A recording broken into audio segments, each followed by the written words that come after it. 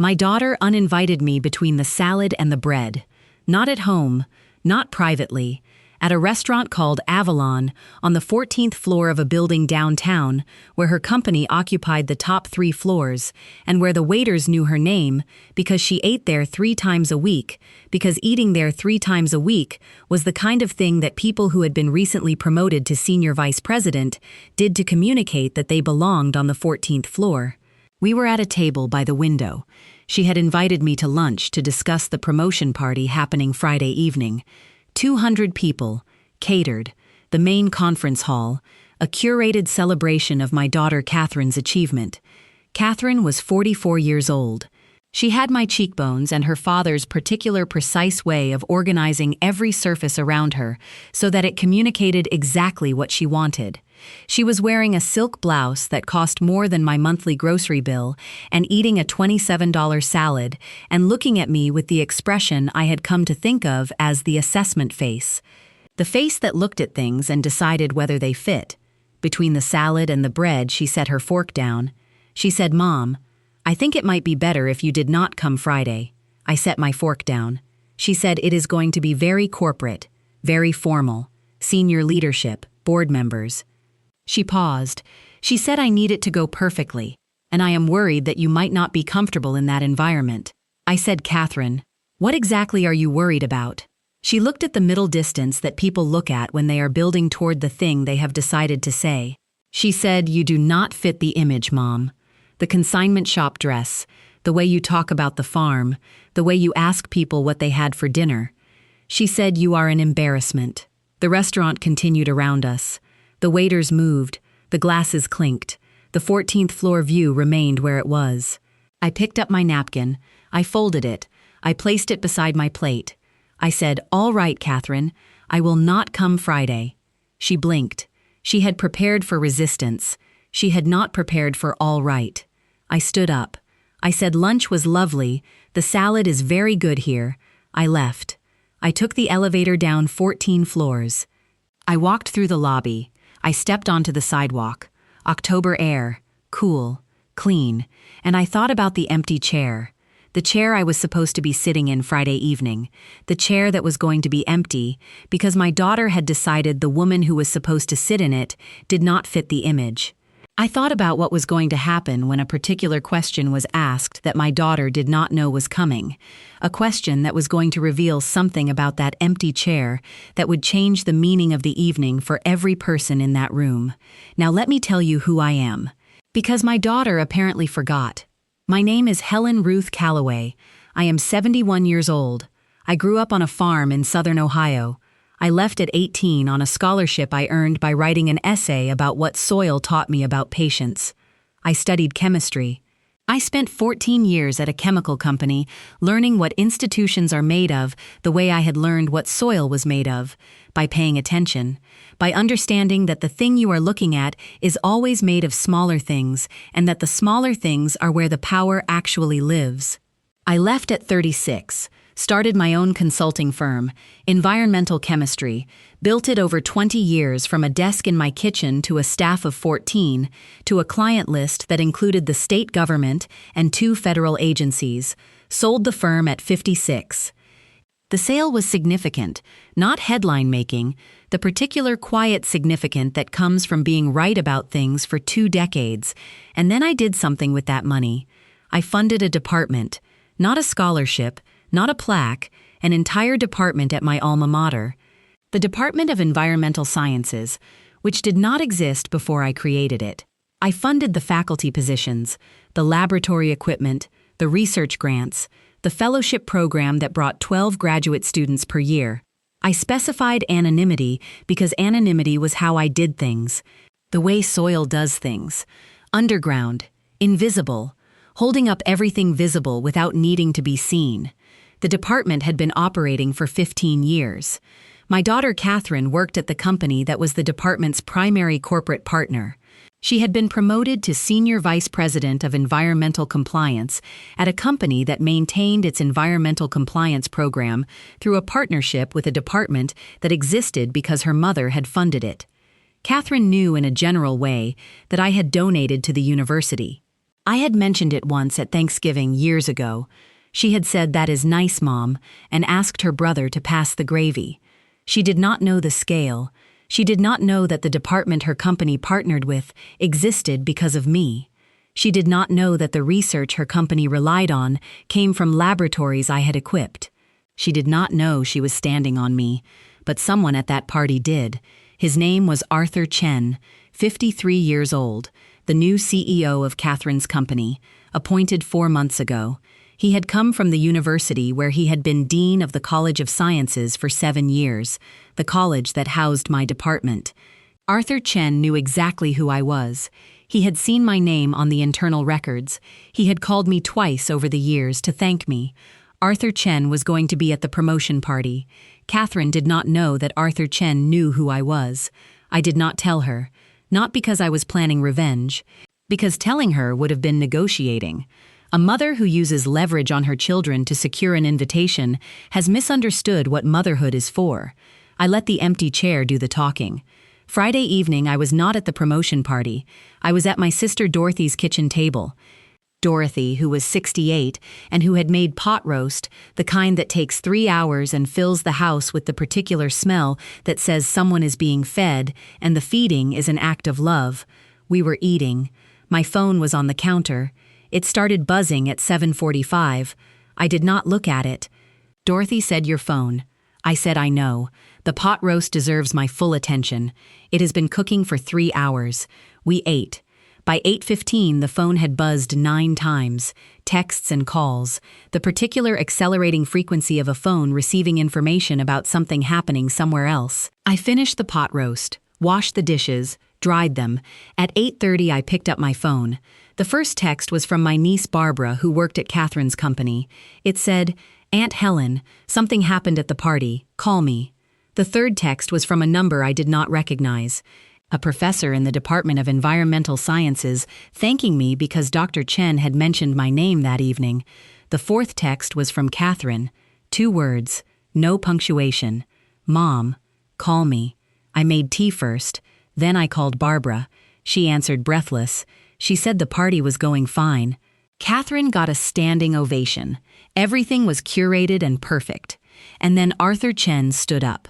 She said he talked about the Department of Environmental Sciences, about the partnership. He said every piece of research and every compliance protocol the company used came from that department.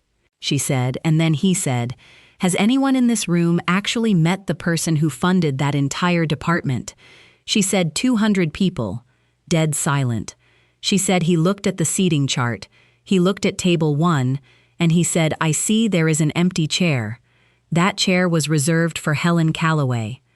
"Does anyone know where Mrs. Calloway is?" She said. Nobody said anything. 200 people sitting in a room that existed because of you, and nobody knew, she said. And then Catherine's face. When Arthur Chen said the name Helen Calloway, her face came apart. Not dramatically. The way a face comes apart when the person wearing it understands that the ground they are standing on was poured by the person they just removed from the room. She said Catherine looked at the empty chair. Everyone looked at the empty chair. Barbara said Arthur Chen told 200 people who you are. The scholarship from a farm in Ohio, the essay about soil, the chemistry degree, the consulting firm, the endowment, the department, the laboratories, the fellowships, everything. He told them everything, while Catherine stood beside the podium, understanding for the first time that the woman she uninvited was the reason the room existed. She said he did not say Catherine uninvited you. He just said Helen Calloway was supposed to be here and she is not, and I want this room to understand what her absence means. She said Aunt Helen. 200 people were looking at that chair like it was the most important person in the room.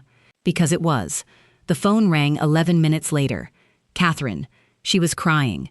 Not the composed crying of a senior vice president, the particular unstructured crying of a 44-year-old woman who has just learned that the mother she uninvited is the reason the room exists. She said, "Mom." Arthur Chen told them everything. I said I heard. She said, "Mom, you funded the entire department." I said, "Yes, Catherine." She said, "And you never told me." I said, "Catherine, I mentioned it at Thanksgiving, 12 years ago. You said, "That is nice, Mom," and asked for the gravy. She was quiet. I said, "That is nice, Mom."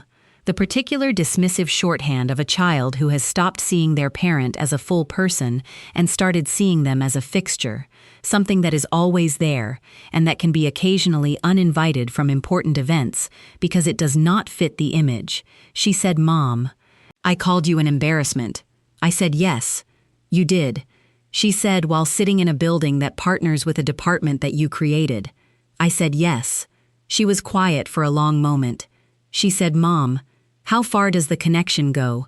I said, "Catherine, 4 of the 12 current fellows are funded by my endowment. 2 completed research last year that became the basis for the new regulatory framework your company adopted 6 months ago. That framework is the reason your company passed the federal compliance review in July. Those contracts generated $43 million last quarter. That revenue funded the expansion of your division. That expansion created the senior vice president position you were promoted into 3 weeks ago."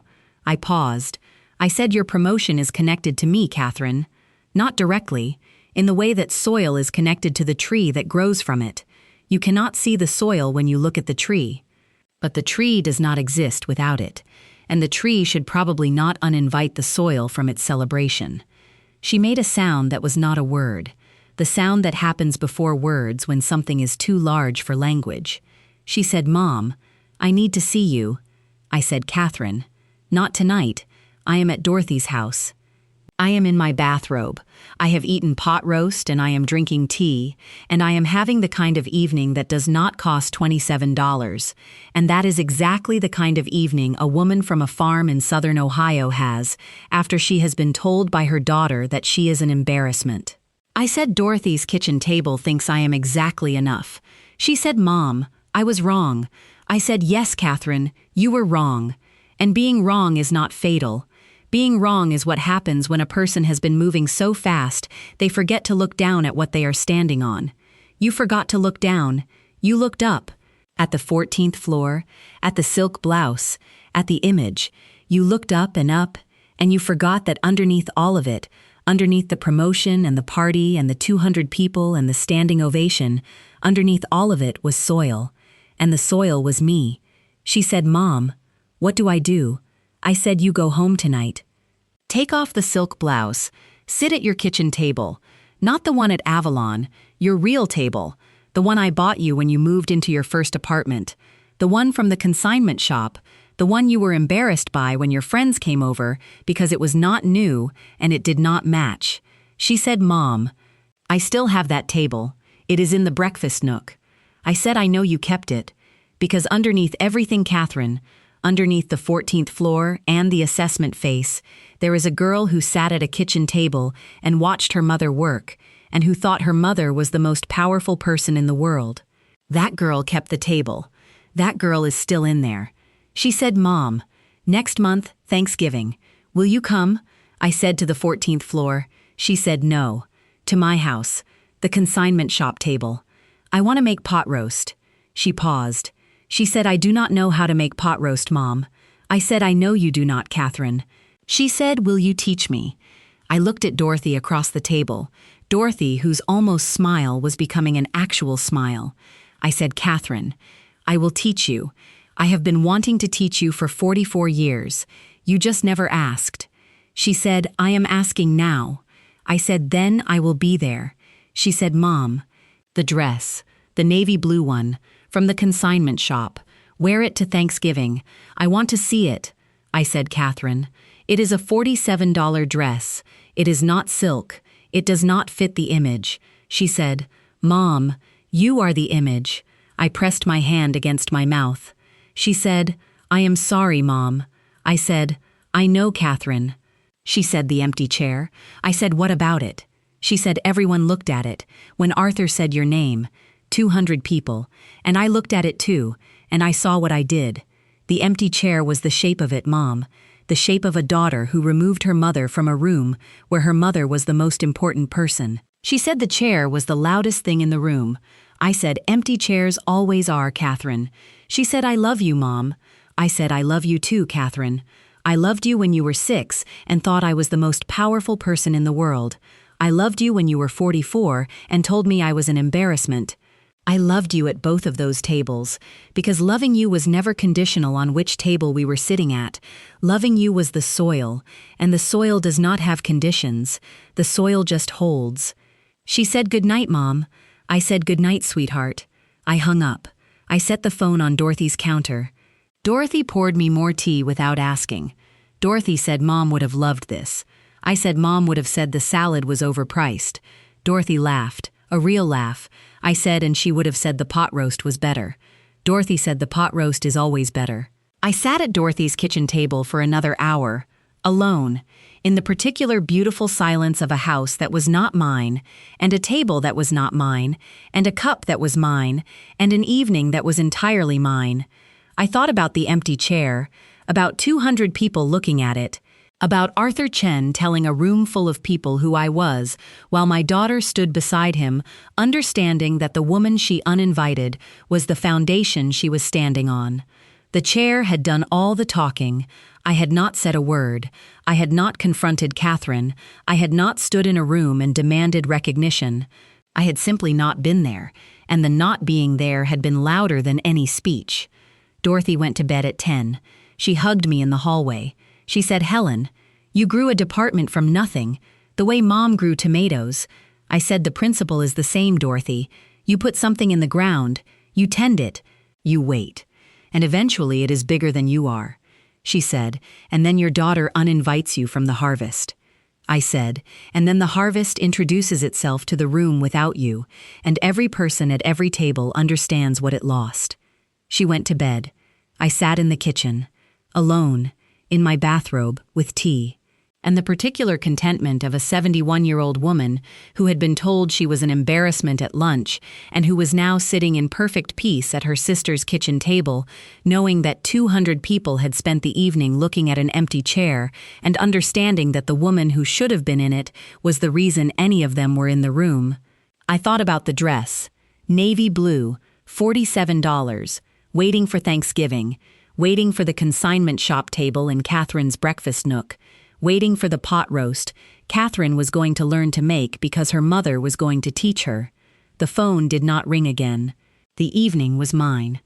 What I want to say to every woman watching today is something the soil taught me before anything else did. You do not need to be in the room. Sometimes the most powerful thing you can do is not be there. Sometimes the empty chair speaks louder than any speech. Sometimes the question that changes everything is not, what did she say? It is, where is she? Why is she not here? What did we do that made her choose not to come? Sometimes absence is the most honest answer to a room that did not value your presence. If someone has told you that you do not fit the image, that the things about you that are real and earned and specific are somehow less than the things that are purchased and performed and curated, do not argue. Do not explain. Do not negotiate for an invitation you should not have to negotiate for. Leave the chair empty and let the room discover what it lost. Because you are not just enough. You are the soil, and everything in that room is growing from you, whether they know it or not. Tell me in the comments, have you ever been the empty chair? Have you ever been removed from a room that existed because of you? Have you ever been told you did not fit the image by someone standing on a foundation you built? Tell me what happened when they looked at the chair, because I think there are women watching today who have been uninvited from celebrations that would not exist without them. The chair is waiting. The room is about to find out.